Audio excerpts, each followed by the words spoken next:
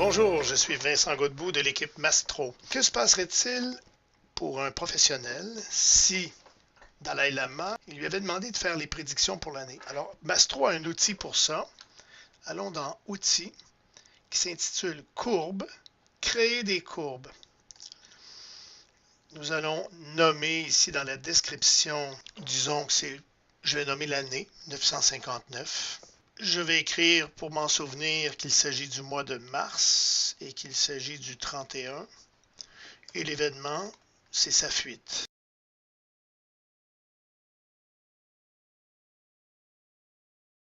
La méthode transit.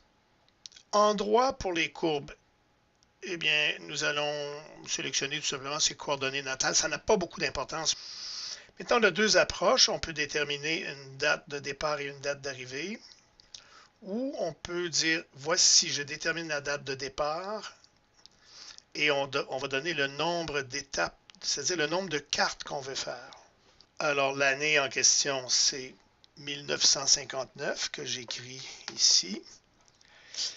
On pourrait commencer au 1er janvier, mais j'aime bien commencer quelques jours avant. Donc, commençons, disons, au 28 décembre.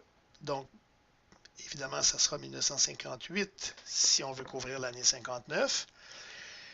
Plaçons-nous à minuit.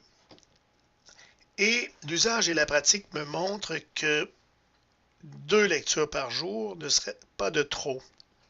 Compte tenu qu'on a 640 comme nombre maximal possible, j'ai calculé qu'avec des écarts aux 14 heures, c'est presque 2 par jour, 14 heures, et si je demande le nombre maximal 640, ça va me donner environ 2 lectures par jour pour toute l'année 1959. Et on démarre. Et là, on va voir rouler ici le nombre de cartes qui se calculent.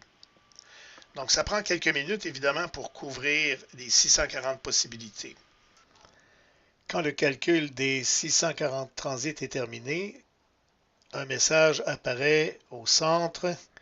Vous appuyez sur OK et vous êtes prêt à voir les courbes correspondant au transit que vous venez de calculer. Donc, vous allez dans Voir des courbes. Si je clique à droite ici, ça les place en ordre chronologique. Donc, le dernier, c'est celui-ci.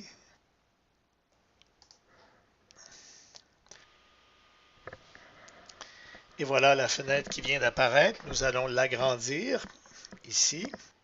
La zone supérieure, qui ressemble à une espèce d'agenda, présente les mots les plus importants pour chacun des transits calculés. Alors, vous voyez par exemple qu'on a commencé le 28 décembre 1958 à 0 heure. Ensuite, le second, c'est 28 décembre à 14 heures, et ainsi de suite. Et comme ça, on parcourt toute l'année. Ici, on va par exemple à la date qui nous intéresse, au mois de mars, dans cette espèce d'agenda. Donc, on a vu que c'était le 31 mars ici. Bien, on retrouve le mot solitude à 3.7 et séparation, conflit, et on le voit encore mieux ici à 22 heures, solitude, séparation, conflit. Évidemment, a priori, lorsqu'on fait une prévision pour l'année, on ne sait pas que cette date va être importante. Alors, comment on peut y accéder? Eh bien, il y a plusieurs façons. On peut parcourir l'agenda et regarder les thèmes dominants, projets, joie, etc. C'est ceux dont les valeurs sont les plus élevées.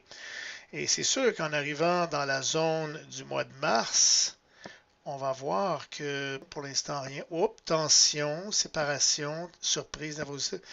Et là, on voit qu'il y a un thème qui se décide de solitude, séparation, conflit.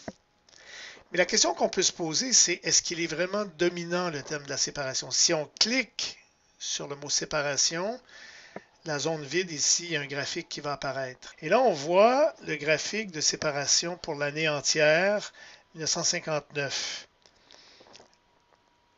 Le pic le plus important, et il y en a deux, ils sont ici.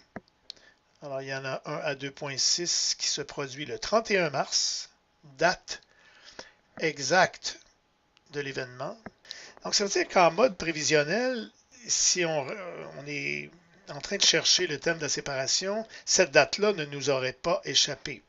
La zone de gauche, eh bien, c'est une sorte de dictionnaire, de lexique des thèmes les plus importants dans l'année.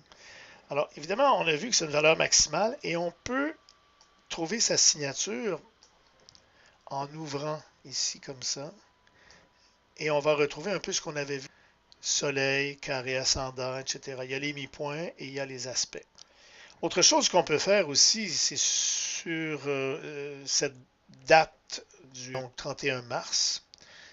Si je me place là et je clique bouton droit, je peux revenir en arrière et voir la carte du transit et automatiquement les transits se placent à cette valeur. J'efface ici, je fais les transits, je fais l'analyse et voilà. J'espère que ça vous a plu. À très bientôt.